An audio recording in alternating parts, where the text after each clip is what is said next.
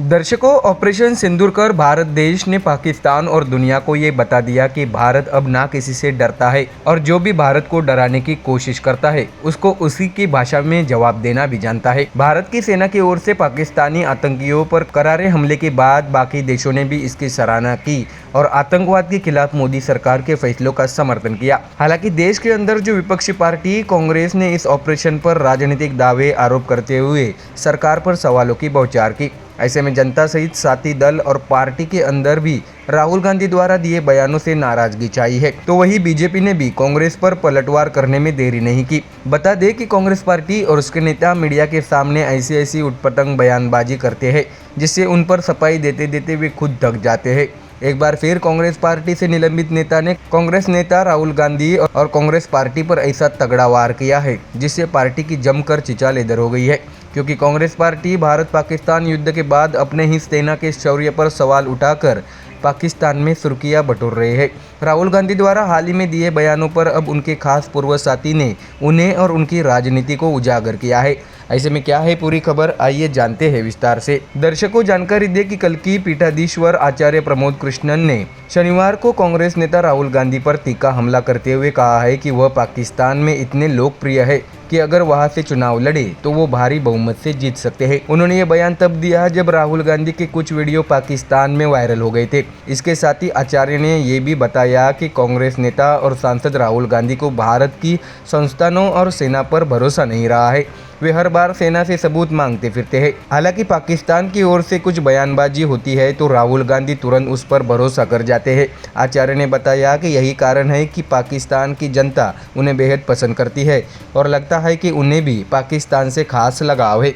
इसके साथ ही मीडिया के सामने बेबुनियाद बयानबाजी को लेकर भी आचार्य ने राहुल को लपेट लिया है। उन्होंने बताया कि राहुल गांधी जो आदत से मजबूर है, इसलिए वो हमेशा सेना, संसद और संविधान पर सवाल खड़ा कर देते हैं। राहुल गांधी की बिगड़ी आदतों पर भी उन्होंने तंज कसते हुए कहा है कि जब कोई बच्चा बिगड़ता है तो सुधार की उम्मीद रहती है, लेकिन राहुल गांधी जैसे प्रतिष्ठित परिवार से होने के बावजूद पूरी तरह बिगड़ चुके हैं और उनमें अब ये सुधार होने की बिल्कुल भी उम्मीद नजर नहीं आती। आचार्य ने बताया कि फिर भी मैं उन्हें सलाह दूंगा कि देश के खिलाफ बयानबाजी वे ना करें। दर्शकों, ऐसे में क्या कांग्रेस पार्टी और उसके अध्यक्ष को ये समझना चाहिए कि राहुल गांधी द्वारा पाकिस्तान की बात मानने और अपनी सेना और सरकार पर भरोसा न कर सबूत मांगने की उनकी आदत कांग्रेस को राजनीतिक तौर पर डुबाने में लगी है।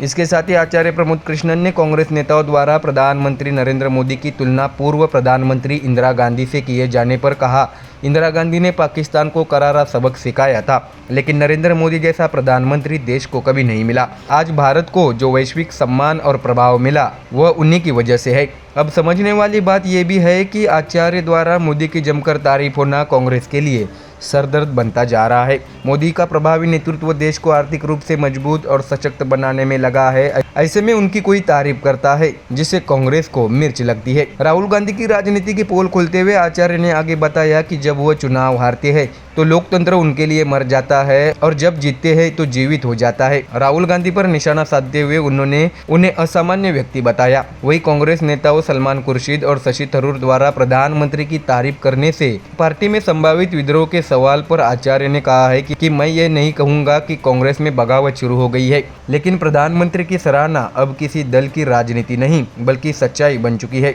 तो देखा दर्शकों, एक बार फिर कांग्रेस से निलंबित नेता राहुल गांधी और कांग्रेस पार्टी को एक्सपोज करते हुए बता दिया है कि देश की जरूरत अब राहुल गांधी नहीं बल्कि प्रधानमंत्री मोदी है। ऐसे में कांग्रेस और विपक्ष के लिए अपने ही नेता सरदर्द बनते जा रहे हैं। अब इस पर कांग्रेस पार्टी क्या पलटवार करती है, ये देखने वाली बात होगी। Bureau report, MDR news. Maharashtra में एक बार फिर राजनीतिक घमासान मचने के आसार है। बता दें कि विधानसभा चुनाव में करारी हार के बाद विपक्ष में बैठी कांग्रेस, शिवसेना, UBT और NCP शरद पवार गुट हर दिन सरकार पर आरोप करने में लगे रहते हैं। तो वही उद्धव ठाकरे के करीबी संजय राउत हमेशा केंद्र सरकार और पंतप्रधान मोदी पर निशाना साधने का बस मौका देखते रहते हैं।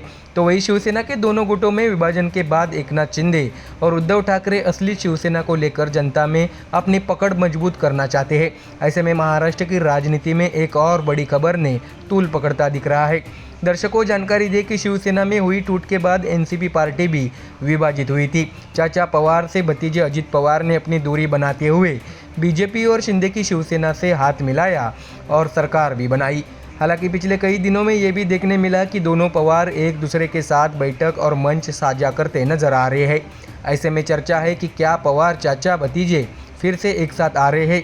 तो आइए जानते हैं खबर क्या है। दर्शकों, आपको जानकारी दे कि महाराष्ट्र के पुणे में एक तस्वीर ने सूबे की सियासत को गरमा दिया। रविवार को यहाँ शरद पवार और अजित पवार की कुछ देर अकेले में मुलाकात हुई। इस मीटिंग के बाद सियासी हलकों में कई तरह की चर्चा शुरू हो गई। ऐसा इसलिए क्योंकि पिछले कुछ समय से चाचा भतीजे के एक साथ आने की अटकलें लगाई जा रही है। ऐसे में इस मुलाकात के कई मायने भी निकाले जा रहे हैं। तो वही इससे पहले एनसीपी को झटका देते हुए 7 विधायकों ने पार्टी छोड़ दी थी। जानकारी के मुताबिक आपको बता दें कि नागालैंड में एनसीपी अजित पवार गुट के सभी 7 विधायक पाला बदलते हुए शनिवार को सत्तारूढ़ एनडीपीपी में शामिल हो गए। वही इस पर अजित पवार द्वारा भी बयान सामने आया है। उन्होंने कहा है कि विधायकों ने मुझे बताया था कि उनके काम नहीं हो रहे हैं। डिप्टी सीएम अजित पवार ने यह भी बताया कि कुछ समय पहले वे खुद मुझसे मिलने देवगिरी बंगले पर आए थे और अपनी बेचैनी जाहिर की थी। उन्होंने शिकायत की थी कि उनका कोई भी काम नहीं हो रहा है। ऐसे में महाराष्ट्र में राजनीति ने तूल पकड़ते हुए एनसीपी में हो रही चर्चा का माहौल गर्म कर दिया है। दरअसल आपको बता दें कि पुणे में लगभग हर महीने शुगर कोऑपरेटिव समूह की बैठक होती है। इस बैठक में अजित पवार, दिलीप वळसे पाटिल, शरद पवार सभी लोग मौजूद होते हैं। इस मीटिंग में अजित पवार और शरद पवार सहित अन्य बड़े नाम एक साथ थे। जब मीटिंग खत्म हुई और टी ब्रेक होने लगा, तब तक अजित पवार और शरद पवार के उसी मीटिंग वाली जगह पर 5 से 7 मिनट तक बात करते नजर आए। ऐसे में समझने वाली बात यह है कि क्या ये संभव है कि चाचा भतीजे एक साथ आ सकते हैं। तो इसका जवाब है हाँ, क्योंकि महाराष्ट्र की राजनीति में अब तक कई ऐसे चौंकाने वाले भूचाल आए जिसका किसी राजनीतिक विश्लेषकों ने अंदाजा भी नहीं लगाया था। ऐसे में एनसीपी में दोनों गठ एक साथ नजर आ सकते हैं। तो वही दर्शकों, इस बैठक पर सभी की निगाहें इसलिए भी बनी थी क्योंकि पिछले 1 महीने से दोनों एनसीपी गुट के एक साथ आने की चर्चा जोरों पर थी। हालांकि कुछ मुद्दे पर अजित पवार और शरद पवार के बीच क्या कोई बातचीत हुई, इसकी जानकारी मीटिंग में मौजूद लोगों में से किसी के पास नहीं है। यानी जो कुछ भी चर्चा हुई इसकी पुष्टि यही दोनों नेता कर सकते हैं, ये तो स्पष्ट हुआ है। ऐसे में देखना होगा कि दर्शकों, महाराष्ट्र में एक बार फिर क्या बड़ा राजनीतिक भूचाल होने जा रहा है। अब देखना होगा कि आने वाले दिनों में शरद पवार और अजित पवार एक साथ आने के लिए क्या सम्मति दिखाते हैं, ये तो आने वाले दिनों में पता चल ही जाएगा। फिलहाल महाराष्ट्र में होने जा रहे निकाय चुनाव को लेकर राजनीतिक आरोप प्रत्यारोप और प्रतिदावों ने जोर पकड़ लिया है। Bureau report MDR news. Maharashtra में इस वक्त निकाय चुनाव को लेकर राजनीति तेज होती नजर आ रही है। उद्धव ठाकरे हो या फडणवीस, शिंदे हो या पवार, हर नेता विधानसभा चुनाव के बाद फिर एक बार अपना दमखम दिखाने के लिए तैयार है। इस वक्त महाराष्ट्र की सत्ता बीजेपी की अगुवाई में शिंदे अजित पवार के साथ चलाई जा रही है, तो वही विपक्ष में उद्धव ठाकरे की शिवसेना, शरद पवार, कांग्रेस एक साथ मिलकर इन स्थानीय निकाय चुनाव में अपनी जीत पक्की करने के लिए पुरजोर कोशिश में लगे हैं। बता दें कि पिछले कुछ वर्षों की महाराष्ट्र के अंदर जो राजनीति का खेल चल रहा है, इससे हर कोई वाकिफ है, क्योंकि सत्ता के लालच में कोई भी पार्टी किसी भी पार्टी के साथ हाथ मिलाने में देर नहीं करती। तो वही दूसरी तरफ देखें तो नेताओं का दल बदल करना, पार्टियों में टूट का सामना करना, ऐसी कई घटनाएं सामने आई। ऐसे में एक बार फिर बीएमसी चुनाव की तैयारी में जुटी शिवसेना यूबीटी फंसती नजर आ रही है। पार्टी में चल रही नाराजगी ने उद्धव को परेशान किया है और बड़ा खेल शिंदे की शिवसेना ने करते हुए उन्हें जबरदस्त झटका दिया है।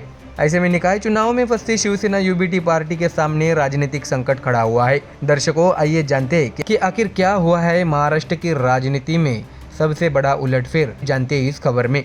दर्शकों, आपको जानकारी दें कि महाराष्ट्र में आगामी स्थानीय चुनाव को देखते हुए राजनीतिक हलचल तेज हो गई है। इस बीच सांगली जिले में उद्धव ठाकरे की पार्टी शिवसेना यूबीटी को बड़ा झटका लग सकता है। शिवसेना यूबीटी के नेता और डबल महाराष्ट्र केसरी विजेता चंद्रहार पाटिल को लेकर खबरें आ रही है कि वे 9 जून को शिवसेना शिंदे गुट में शामिल होंगे। चंद्रहार पाटिल शक्ति प्रदर्शन करके पार्टी में प्रवेश करेंगे। ऐसे में एक बार फिर उद्धव ठाकरे को राजनीतिक झटका मिलता दिख रहा है। तो वही इससे पहले भी कई साथी नेताओं कार्यकर्ताओं ने उद्धव का साथ छोड़ शिंदे की शिवसेना में जाना पसंद किया था। तो वही आपकी जानकारी के लिए बता दें कि कुछ दिन पहले सांगली के भालवनी में आयोजित एक बैठक में उद्योग मंत्री उदय सामंत की उपस्थिति में चंद्रहार पाटिल ने उन्हें चांदी की गदा भेंट देकर सत्कार किया था। दोस्तों, यह कार्यक्रम राजनीतिक दृष्टि से काफी महत्वपूर्ण भी माना जा रहा है।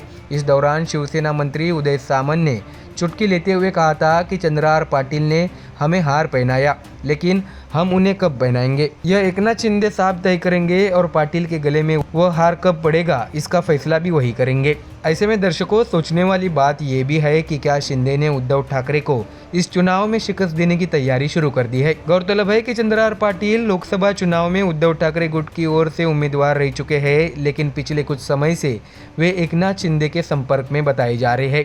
ऐसे में उद्धव ठाकरे की बढ़ती परेशानी पार्टी के अंदर टूट का कारण बनती जा रही है। देखा जाए तो चंद्रहार पाटिल ने इससे पहले उदय सामंत और एकनाथ शिंदे से रत्नागिरी में मिले थे और साथ में भोजन भी किया था। इसके अलावा सांसद श्रीकांत शिंदे के साथ कुछ तस्वीरें भी वायरल हुई थी और श्रीकांत शिंदे ने सार्वजनिक रूप से उनकी तारीफ की थी। दर्शकों, ऐसे में जानने और समझने वाली बात ये भी है कि आखिर इस दल बदल की चर्चा इतनी क्यों है। बता दें कि लोकसभा चुनाव के दौरान में सांगली की सीट पर महाविकास आघाड़ी होते हुए भी यूबीटी और कांग्रेस का सामना हुआ था। कांग्रेस के विशाल पाटिल और यूबीटी से चंद्रहार पाटिल चुनाव लड़े थे। दरअसल यह सीट कांग्रेस ने मांगी थी, पर संजय राउत इस सीट को लेकर अड़े थे, इसलिए महाविकास आघाड़ी में भी दरार आई थी। पर अब दर्शकों, जिसके लिए संजय राउत ने इतना हंगामा खड़ा किया था, वही अब चंद्रहार पाटिल शिवसेना यूबीटी पार्टी को छोड़ शिंदे की शिवसेना में जाना पसंद कर रहे हैं। तो देखा दर्शकों, जिस नेता पर संजय राउत और उद्धव ठाकरे भरोसा करते थे, उसी ने एक बार फिर उन्हें झटका दे दिया है। ऐसे में दर्शकों, आने वाले दिनों में महाराष्ट्र के अंदर राजनीति कुछ ऐसे बदलती दिखेगी कि जिसका किसी ने अंदाजा भी नहीं लगाया हो। Bureau report, MDR news.